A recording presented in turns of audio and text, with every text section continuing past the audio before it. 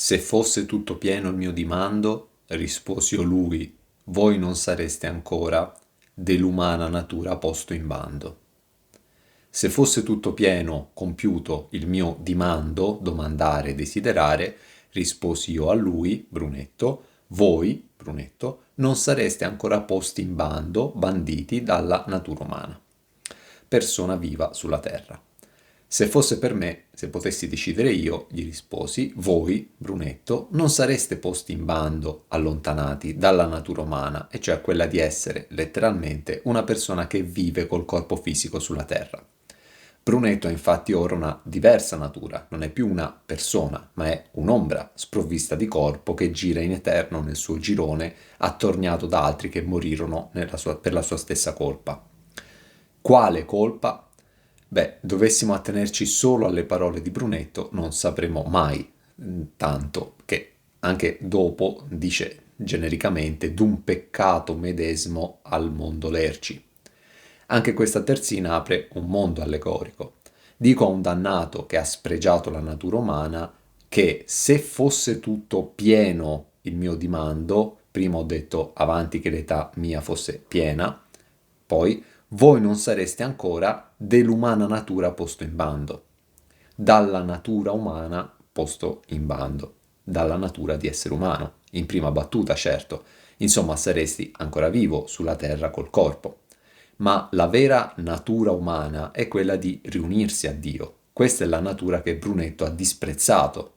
Mettiamo da parte il discorso su una sua presunta omosessualità, della quale non ci sono prove certe, e se in vita l'avessi saputo non mi sarei di certo meravigliato di trovarlo qui, che lui stesso nelle sue opere condanna, che era sposato con figli e che nonostante questi siano solo indizi, non è mai neanche accennata in questo unico canto che tratta di lui.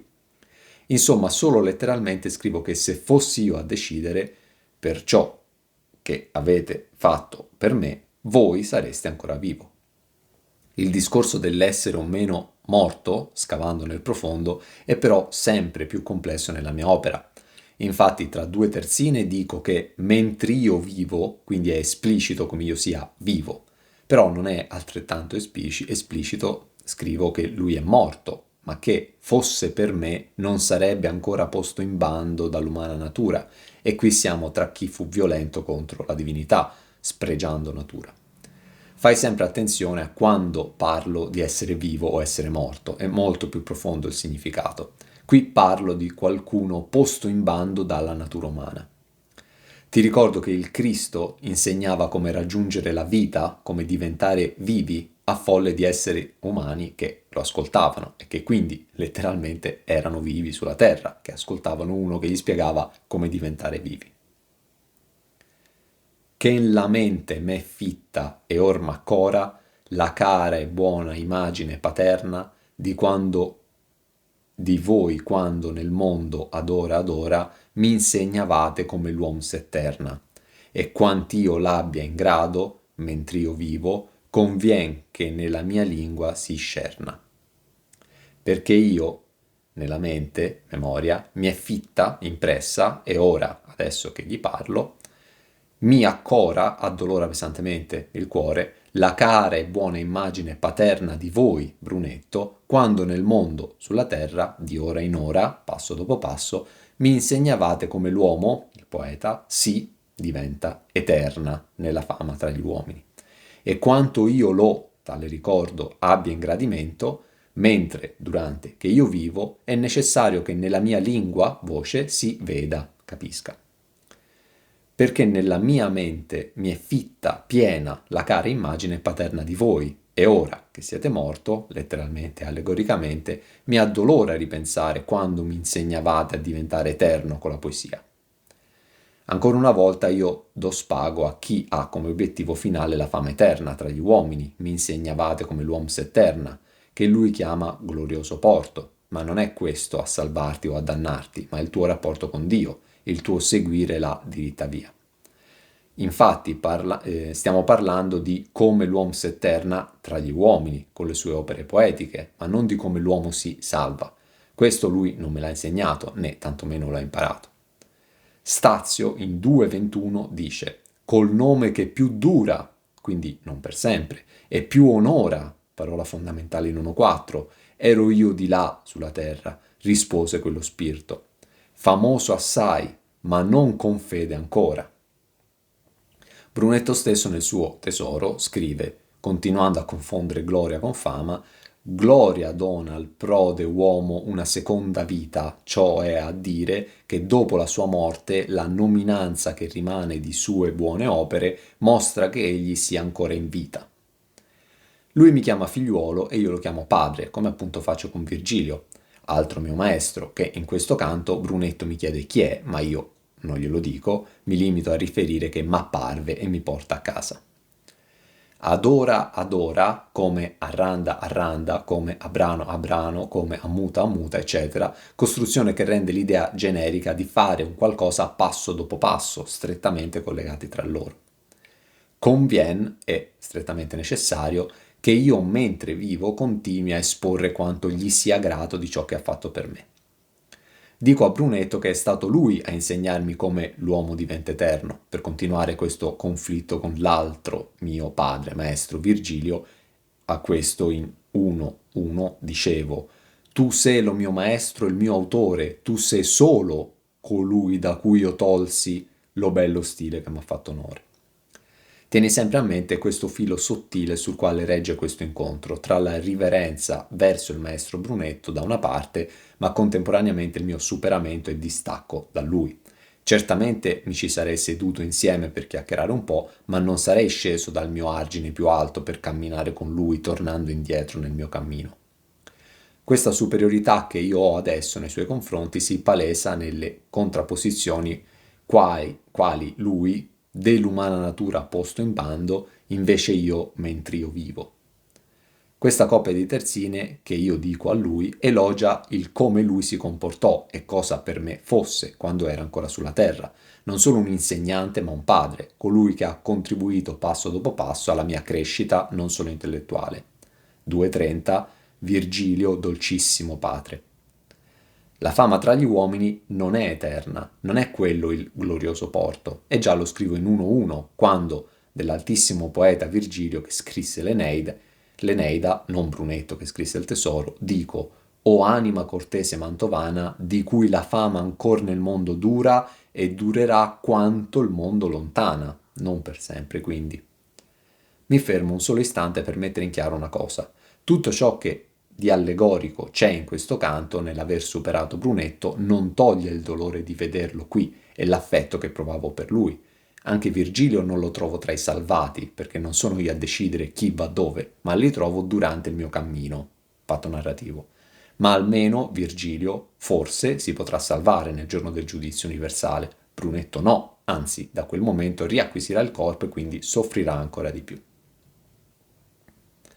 Ciò che narrate di mio corso scrivo, e serbolo a chiosar con altro testo, a donna che saprà, sa lei arrivo.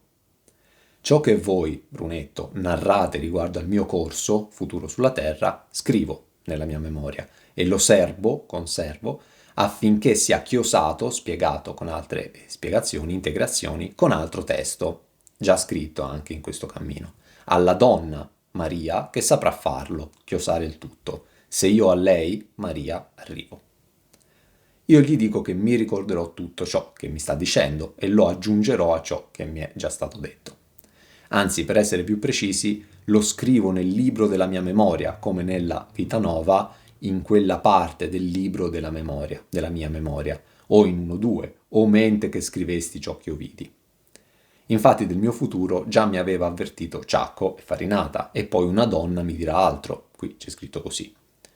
Queste informazioni io le scrivo nel libro della mia mente memoria e continuando la metafora del libro aggiungo la parola chiosa che appunto indica l'annotazione che chiarisce una parola o un passo di un testo. Passato, ciò che già mi sono annotato, altro testo. Presente, ciò che adesso annoto, narrate. Futuro, donna che saprà se a lei arrivo, quindi se riuscirò a giungere fino a lei.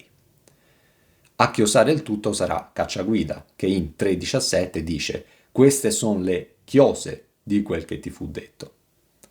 In questo momento del viaggio però non lo so ancora, ma mi riferisco a una donna, perché Virgilio mi ha detto in 1.10, dopo l'incontro con Farinata, che sarà una donna a fare ciò. Quando sarai dinanzi al dolce raggio di quella il cui bell'occhio tutto vede, da lei saprai di tua vita il viaggio. Chi penso che sia questa donna? Maria. Come Maria era lì, Maria è qui. Il riferimento è alla stessa donna. Io qui dico a Brunetto ciò che Virgilio aveva detto a me.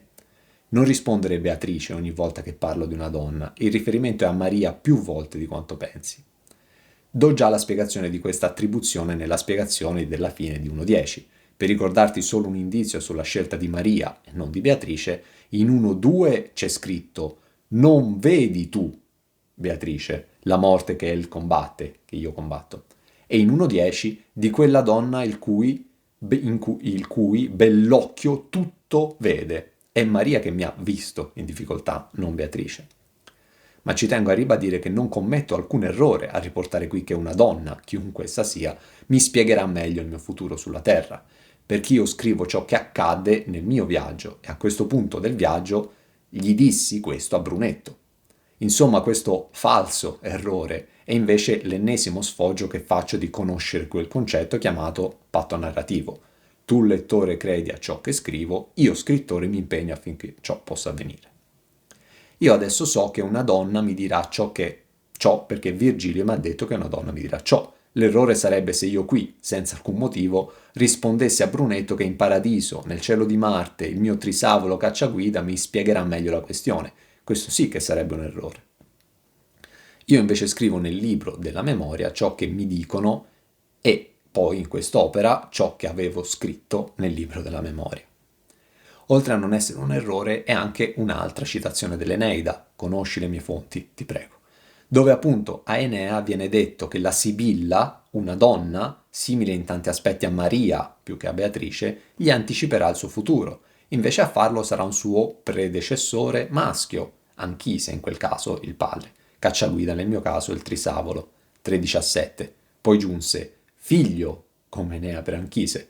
Queste sono le chiose di quel che ti fu detto, ecco le insidie, che dietro a pochi giri son nascoste, non vo però ch'a tuoi vicini invidie. Tanto vogli che vi sia manifesto, purché mia coscienza non mi garra, ch'a la fortuna come vuol son presto. Non è nuova agli orecchi miei tal arra, però giri fortuna la sua rota, come le piace e il villan la sua marra. Io voglio così tanto che a voi Brunetto, sia manifesto, dimostrato con chiarezza, purché la mia coscienza non mi emetta versi striduli, torturi l'udito, che alla fortuna, come lei vuole, agirà, io son presto, pronto. Non è nuova alle mie orecchie tale anticipazione, l'ho già sentita da Ciacco e Farinata. Perciò giri pure la fortuna la sua ruota come le piace e il contadino la sua marra, strumento agricolo per lavorare il terreno. Ci tengo a chiarire a Brunetto che io sono pronto, adesso, durante le previsioni precedenti non lo ero, a ciò che ha in serbo per me la fortuna. Insomma, che la fortuna, ministra di Dio, giri pure la sua ruota e il villano la sua marra, sono pronto. Questa previsione non mi è nuova perché già Ciacco e Farinata mi avevano anticipato qualcosa, però, riprendendo la precedente terzina, tutto mi sarà più chiaro in seguito. Io avevo quindi sentito già questo suono e sono pronto ad andargli incontro, purché la mia coscienza non emetta suoni striduli, quindi mi torturi l'udito. Insomma, io ho già sentito ciò e adesso sono pronto, se la mia coscienza non mi dice di fare altro. E infatti chi parlerà nella prossima terzina dandomi conforto? Virgilio. Virgilio che non mi garra con la sua voce. Virgilio che in 1-1 è anticipato con questo endecasillabo. Chi per lungo silenzio pare a fioco. Virgilio, quella voce, perché è incorporeo, che mi mena in questo cammino. Con ciò non voglio dire Virgilio uguale la mia coscienza.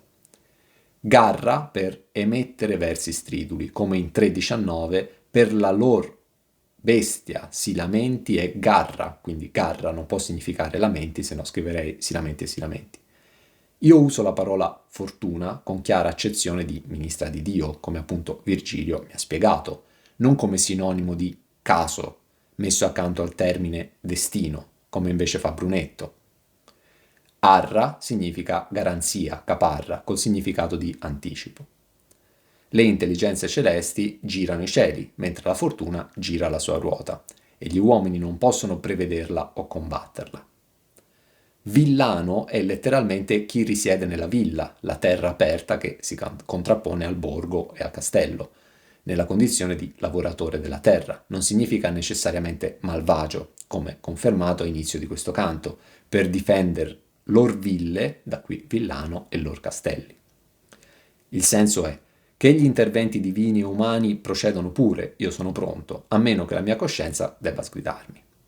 Convivio 4, 8 e 9, veramente io vidi lo luogo nelle coste d'un monte che si chiama Falterona, in Toscana, dove lo più vile villano, abitante della villa, lavoratore della terra, di tutta la contrada, zappando, qui Marra, più d'uno staio di santalene d'argento finissimo vi trovò, che forse più di 2000 anni l'avevano aspettato.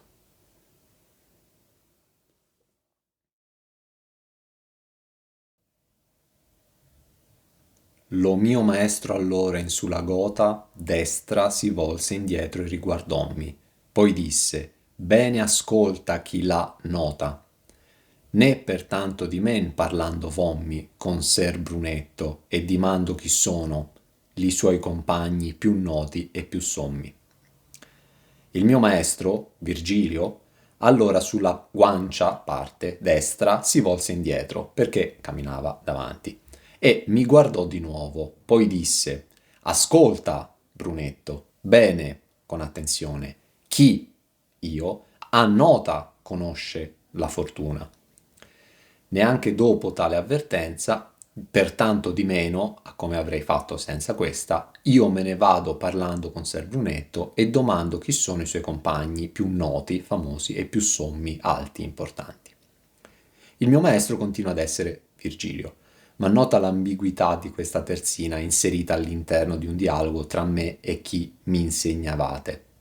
Il maestro è colui che insegna, Brunetto, che non chiamo mai maestro. Il mio maestro è Virgilio. Adesso, in 1-1 era chi per lungo silenzio parea fioco, ma da quando questi m'apparve è lui che mi porta a casa, in cielo, per questo calle. Interviene quindi una voce che non mi garra, ma anzi dà una stoccata non a me ma a Brunetto, senza neanche guardarlo. Adesso presta estrema attenzione e leggi bene cosa scrivo. Succede esattamente la stessa situazione che successe con l'Argenti e anche lì si può facilmente sbagliare. Io sto conversando con un dannato, poi interviene il silenzioso Virgilio che guarda me mentre si rivolge al dannato, senza neanche guardarlo, lo faceva anche Gesù quando sgridava Pietro. Lì e qui. 1-8. Lo collo, poi con le braccia, Virgilio, mi cinse, baciommi il volto e disse alma sdegnosa, riferendosi all'Argenti. Qui si volse indietro e riguardommi, poi disse, riferendosi a Brunetto, bene ascolta, ascolta bene chi l'ha la fortuna nota, cioè io. Non pensare che tra i tre, io, Virgilio e Brunetto, Virgilio possa mai dire che quello che ha la fortuna ben nota sia Brunetto. È l'unico dei tre che non sa cosa sia e continua a riferirsi a lei con espressioni quali qual fortuna o destino oppure la tua fortuna. Virgilio si riferisce con queste parole a chi non sa cosa sia la fortuna. Dice a Brunetto di imparare da me. Lo ridico così tu che leggi lo impari e non fai la fine di Brunetto. O creature sciocche, quanta ignoranza è quella che v'offende. Poi, similemente agli splendor mondani, le stelle, ordinò general ministro e duce che permutasse a tempo li beni vani, niente suoi insegnamenti dell'uomo s'eterna, di gente in gente ed uno in altro sangue, oltre la difensione di segni umani. Quindi cosa dice Brunetto che già l'aveva visto il mio futuro in terra? Per cuna gente impera e l'altra langue, seguendo lo giudicio di costei che è occulto, di nuovo come faceva a prevederlo sulla terra, come in erba langue. Vostro saver non ha contrasto a lei, siamo a tre, basta. Virgilio non può aver detto a me di ascoltare bene Brunetto, che lui sì che ha capito cos'è la fortuna. Non può essere successo questo. Allora dovrebbe continuare a essere Brunetto, il mio maestro, che mi porta al glorioso porto. No, io ho ben noto cosa sia la fortuna perché Virgilio me l'ha spiegato, non Brunetto. Dopo questo brevissimo intervento di Virgilio che dura meno di un endecasillabo, ma che apre un mondo, il mio atteggiamento non cambia di una virgola. Infatti, anche senza tale interruzione del mio nuovo maestro, il mio maestro, non mi sarei tanto di meno fermato a parlare con Brunetto, né per tanto di men parlando vommi con Ser Brunetto. Gli volevo fare e gli faccio l'ultima solita domanda al dannato che di volta in volta incontro, e cioè chi c'è con te? Ma dato che lui è bloccato in questa logica di fama terrena, io gli chiedo i suoi compagni più noti e più sommi. Tra i suoi compagni intendo solo quelli del suo gruppo che ha momentaneamente lasciato per seguire me. Ed egli a me, saper d'alcuno è buono, degli altri fia laudabile tacerci, che il tempo saria corto a tanto suono. Insomma sappi che tutti fur cherci, e litterati, grandi e di gran fama, d'un peccato medesmo al mondo lerci. Ed egli, Brunetto, a me, sapere il nome di qualcuno del suo gruppo va bene, degli altri sarà lodabile che noi tacciamo, perché il tempo sarebbe corto, breve. A così tanto lungo suono discorso. Insomma, in breve, sappi io che tutti i compagni di Brunetto furono chierici, uomini di chiesa, e grandi letterati e di gran fama, d'un medesimo stesso peccato al mondo tra i vivi, lerci, lordi. Brunetto mi risponde che dirà solo qualche nome fra i tanti, come sempre.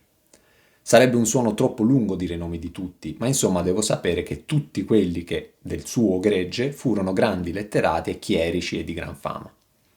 Anche in 1,7 chiedo, e se tutti fuor cherci, e questi fuor cherci, che non han coperchio, piloso al capo, e papi e cardinali, tra poco tigna, riferendomi a un vescovo, in cui usa avarizia il suo soperchio, e io, maestro.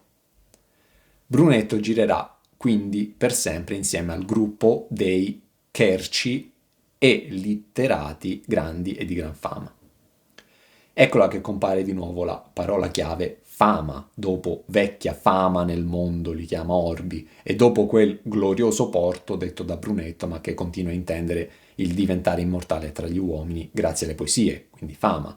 Immortali si diventa riuscendo a vivere per sempre tra i beati, la casa verso la quale Virgilio mi sta portando, non scrivendo un'opera intitolata Tresor, o uno a caso dei nomi che mi farà nella prossima terzina, che in futuro chi leggerà la mia opera dovrà ricercare nei libri per capire chi essi fossero.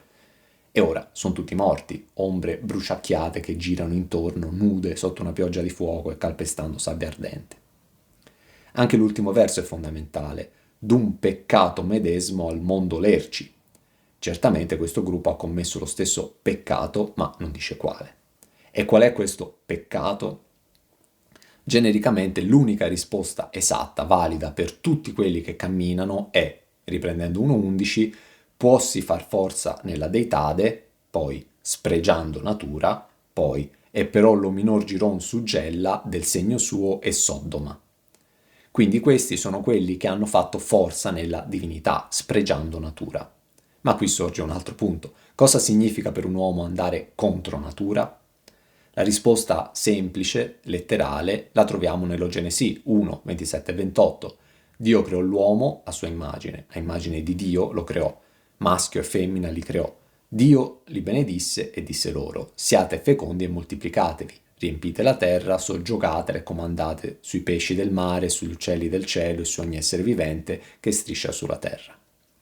Quindi a livello letterale andare contro la natura significa non essere fecondo e non moltiplicarsi, per forza di cose accompiandosi con il sesso opposto, dato che Dio ci creò, sarebbe più corretto dire fece, maschio e femmina. Di questa idea è lo stesso Brunetto Latino che nel suo tesoretto scrive ma tra questi peccati son vie più dannati que che son soddomiti, de come son periti, que che contra natura brigan cotal lussura. Una situazione che tanto ricorda Maometto, che in vita tanto insegnava il contrappasso agli altri e invece qui lo subisce lui. Così s'osserva in me lo contrappasso, 1.28, e non a caso unica ricorrenza di tale parola in tutta la mia opera. Però non può il tutto ridursi a questo, scava più a fondo in ciò che scrivo. Non è accettabile definire questo il canto della condanna agli omosessuali, ma anche perché dicendo ciò non vi sarebbe spiegazione del perché qui gli omosessuali sono nel basso inferno tra i violenti contro Dio, però nel purgatorio si trovano quasi in cima al monte tra i lussuriosi, quindi nel luogo più vicino a Dio. Ciò non ha senso. Riguardo a Sodoma, che potrebbe farti dire che qui ci sono i sodomiti, lo Genesi, se consultassimo solo quel libro, è tanto vago quanto lo stesso Brunetto. Infatti, Genesi 13:13, gli abitanti di Sodoma erano perversi e grandi peccatori contro il Signore. E Genesi 18:20, il Signore disse, siccome il grido che sale da Sodoma e Gomorra è grande e siccome il loro peccato è molto grave. Torno alla domanda, qual è quindi la natura dell'uomo? La sua casa. Serve sapere questo per capire chi spregia la natura. In questa spiegazione mi sono soffermato più volte sulla fama, che Brunetto cita direttamente e indirettamente in continuazione, con l'apice raggiunto alla fine del suo discorso, dato che andando via dice «Sieti raccomandato il mio tesoro, nel quale io vivo ancora e più non cheggio». Lui non chiede nient'altro che ricordare tra gli uomini il suo tesoro, la sua opera letteraria più grande. Non chiede neanche di ricordare il suo nome, ma la sua opera, nel quale io vivo ancora. Brunetto non vive ancora per niente. Sì, la sua fama vive ancora tra quei pochi uomini che leggeranno il suo tesoro, ma lui è morto. Si riesce a vivere ancora solo seguendo la diritta via e, 3:19, a questo regno dei cieli, dei vivi, non salì mai chi non credette in Cristo. Insisto ancora su quel è la natura dell'uomo, su qual è la natura dell'uomo, citandoti l'inizio del mio convivio. Sì, come dice lo filosofo nel principio della prima filosofia, tutti gli uomini naturalmente, per loro natura, desiderano di sapere la ragione di che puote essere ed è che ciascuna cosa, da provvidenza di propria natura, impinta e inclinabile alla sua propria perfezione. Onde, a ciò che la scienza è l'ultima perfezione della nostra anima, nella quale sta la nostra ultima felicitade, tutti naturalmente al suo desiderio semo subietti. Qui Brunetto dice di stare insieme a tutti fur cherci e litterati grandi di gran fama, ma questi grandi letterati ottennero gran fama tra gli uomini, ma non è l'essere conosciuto tra gli uomini a farti vivere per sempre, ma il conoscere Dio, cercare di raggiungere Lui, non gli uomini, non la fama ma la gloria. Il glorioso porto non è la fama tra gli uomini, la nostra casa è il cielo. Per natura l'uomo è portato ad andare verso Dio, a guardare il cielo. Chi invece va verso gli uomini spregia la natura. E non parlo di un uomo che riceve un rapporto anale da un altro uomo, sodomia. Il ragionamento è molto più complesso.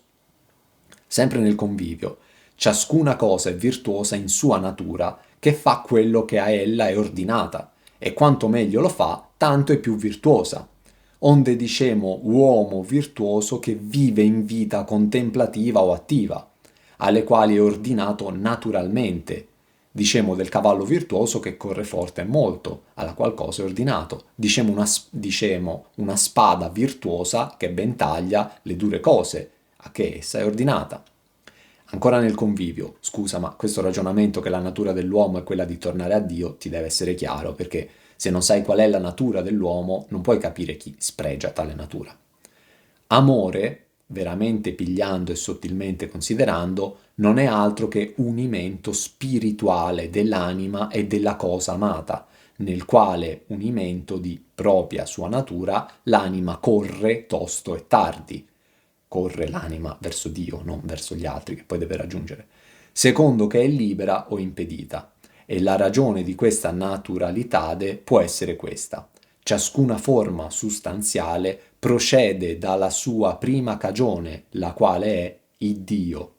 Poi, ciascuna forma a essere della divina natura in alcun modo, non che la divina natura sia divisa e comunicata in quelle, ma da quelle partecipata, per lo modo quasi che la natura del Sole è partecipata nelle altre stelle. E quanto la forma è più nobile, tanto più di questa natura tiene, onde l'anima umana, che è forma nobilissima di queste che sotto lo cielo sono generate, più riceve della natura divina che alcun'altra, e però che naturalissimo è in Dio voler essere. Poi, l'anima umana essere vuole naturalmente con tutto desiderio, e però che il suo essere dipende da Dio e per quello si conserva, naturalmente di sia e vuole essere a Dio unita per lo suo essere fortificare. Basta col convivio, ma restando su questo argomento chiave per questo canto, ti cito il 15° canto, non questo 1.15, ma 3.15. Anche lì incontro qualcuno, cacciaguida, che mi chiama figlio, al quale do del voi, che mi parla di Fiorenza prima e dopo, eccetera, e che contiene una terzina che spiega questo canto. Bene è che senza termine si doglia chi, come Brunetto, per amor di cosa che non duri, siete raccomandato il mio tesoro, eternalmente, qui come l'Oms eterna, quello amor verso Dio si spoglia, dispregiando la natura umana che invece tende a lui. Fine, andiamo avanti col canto. Priscian sen va con quella turba grama, e Francesco d'accorso anche, e vedervi, s'avessi avuto di tal tigna brama, colui potei che dal servo dei servi fu trasmutato d'Arno in Bacchiglione, dove lasciò lì mal protesi nervi.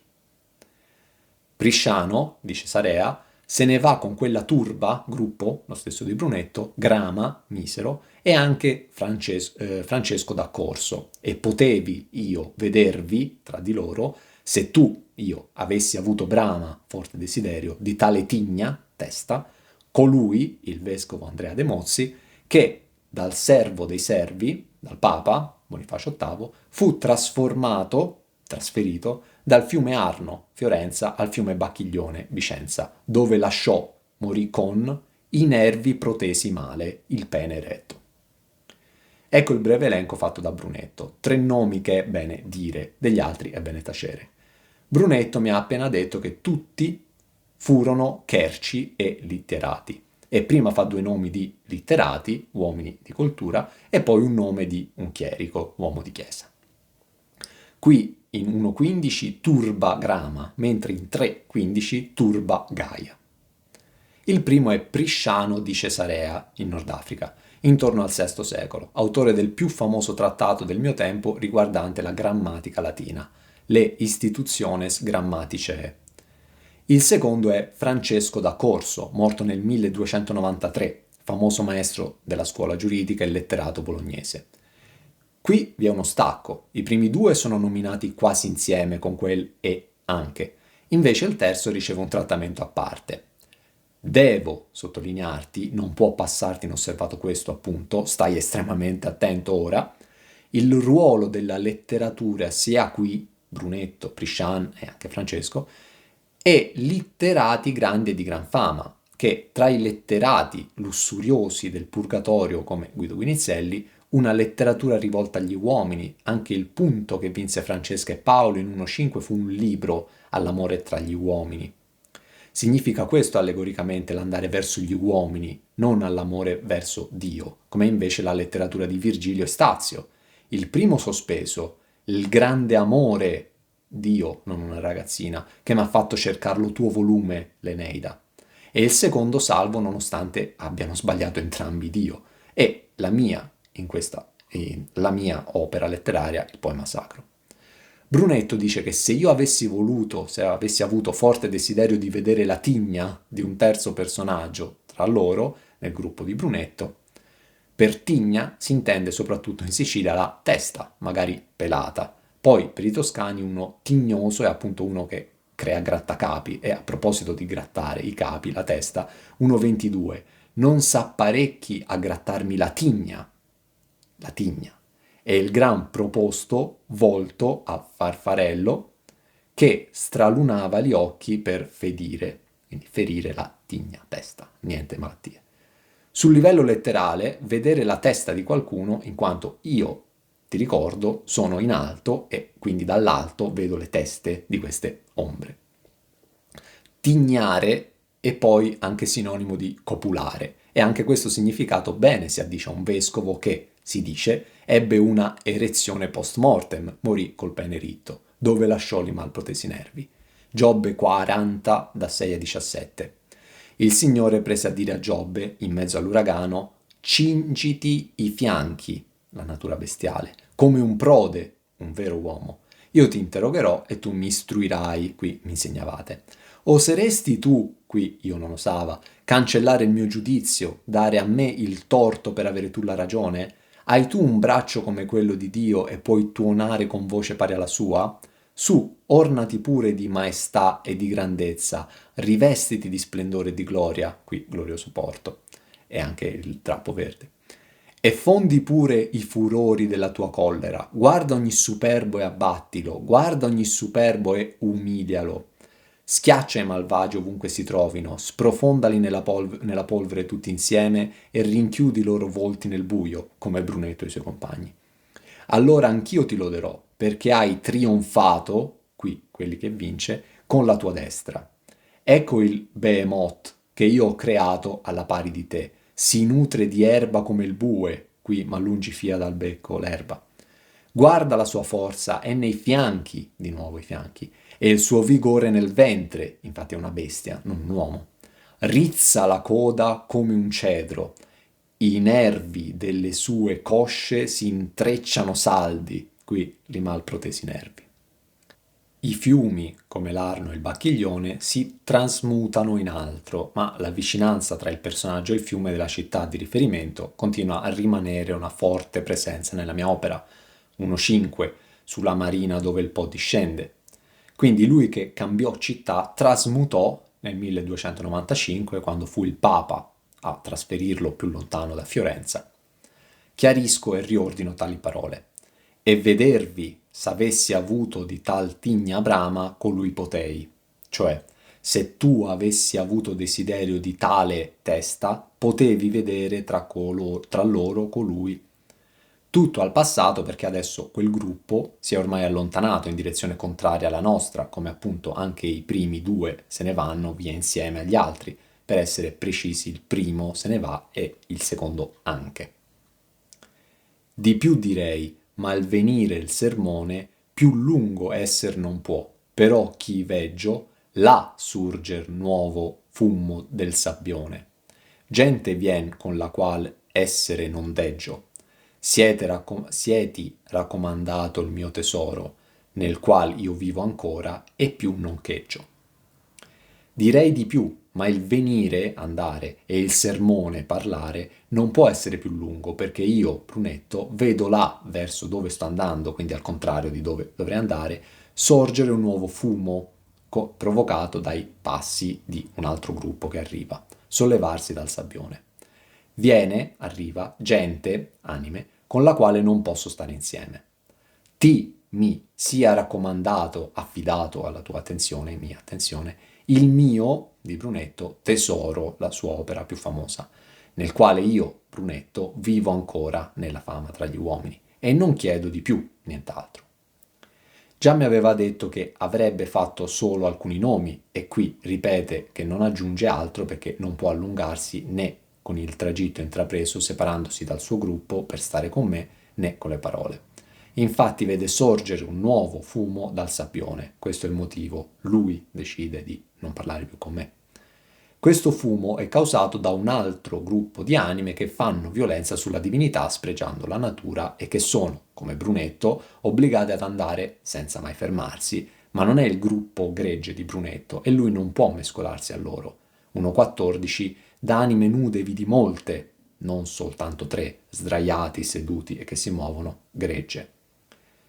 E il fumo del ruscel di sopra Duggia, di inizio canto, diventa là surger nuovo fumo del sabbione di fine canto. In chiusura Brunetto conferma la sua unica preoccupazione, la fama terrena, chiedendomi di raccomandare la sua opera più famosa intitolata Tesoro, nella quale lui vive ancora. Lui è morto, non vive né vivrà mai più. Nella sua visione limitata del mondo terrestre, la sua fama tra gli uomini vive ancora grazie a quella sua opera. Questo è ciò che pensa e questo è ciò che insegnava anche a me, di voi quando nel mondo ad ora mi insegnavate come l'uomo s'eterna e quant'io l'abbia ingrato mentre io vivo, perché io sì che sono veramente vivo, letteralmente, allegoricamente. Le ultime parole di Brunetto sono proprio e più non cheggio, non chiedo altro che ricordiate la mia opera, io che sono nel gruppo dei tutti fur cherci e litterati grandi di gran fama, violenti contro la divinità che ci ha fatto e per natura dovremmo tendere a riunificarsi con lei. Poi si rivolse e parve di coloro che corrono a Verona il drappo verde, per la campagna e parve di costoro quelli che vince non colui che perde. Poi Brunetto si volse di nuovo e parve, sembrò, di quelli che corrono a Verona il drappo verde per, attraverso la campagna, e parve, sembrò, di costoro, tra quelli, colui che vince, ricevendo come premio un lussuoso drappo verde, non colui che perde, ricevendo come premio un pollo. Detto ciò si volse di nuovo e corse per unirsi al suo gruppo.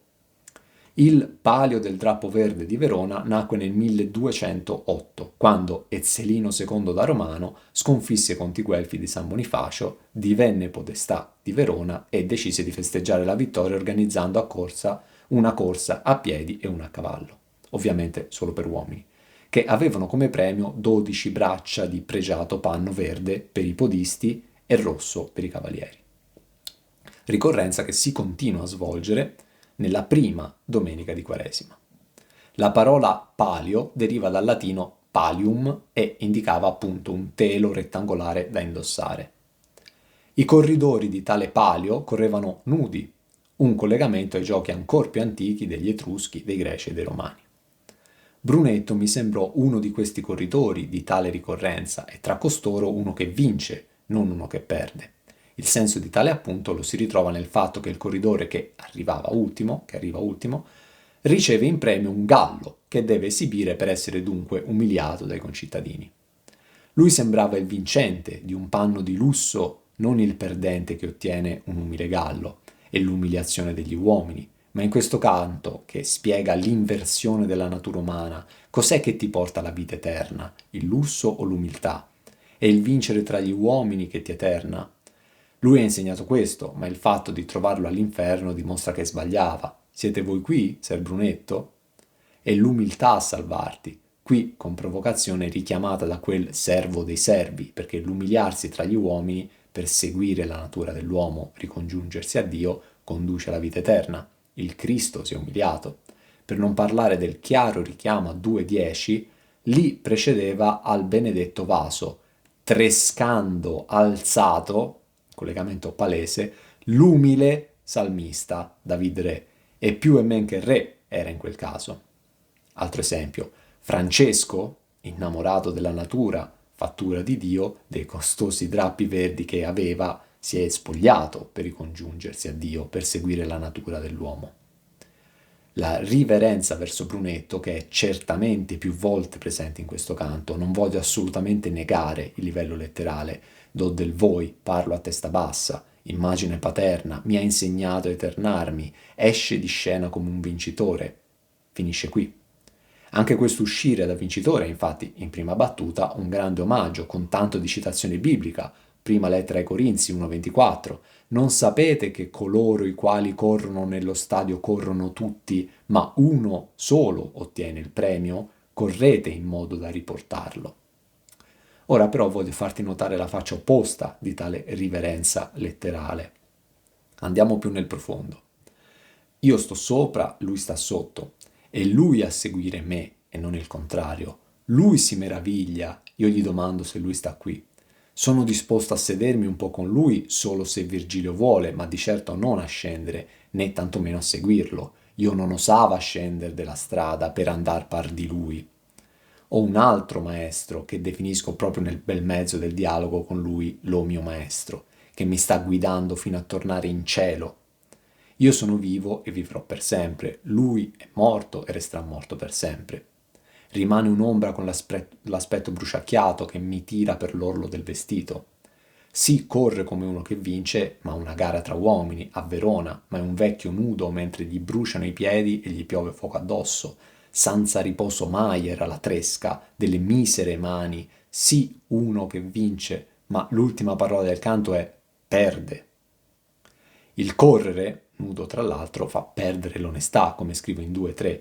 Quando li piedi suoi lasciar la fretta, che l'onestade ad ogni atto dismaga, la mente mia, che prima era ristretta, l'ontento rallargò. Anche il verso risposi, siete voi qui, Ser Brunetto, assume tutt'altro significato sotto quest'ottica. Addio, Ser Brunetto, io continuo il mio viaggio che mi riporterà a casa, che mi riporterà in cielo. E tu che mi ascolti, leggi il Tresor, mi raccomando, come lui stesso scrive nel tesoretto, io Brunetto latino, poi, a voi vi raccomando, poi vi presento e mando questo ricco tesoro che vale argento e oro. Per concludere, ti ricordi quando poco fa ti ho citato la prima lettera ai Corinzi come omaggio a Brunetto? Bene, dopo il 9:24 che ti ho letto e ora ti rileggo, non sapete che coloro i quali corrono nello stadio corrono tutti, ma uno solo ottiene il premio, correte in modo da riportarlo? C'è il 9:25 che dice: chiunque fa l'atleta è temperato in ogni cosa, e quelli che lo fanno per ricevere una corona corruttibile, qui drappo verde, ma noi per una incorruttibile.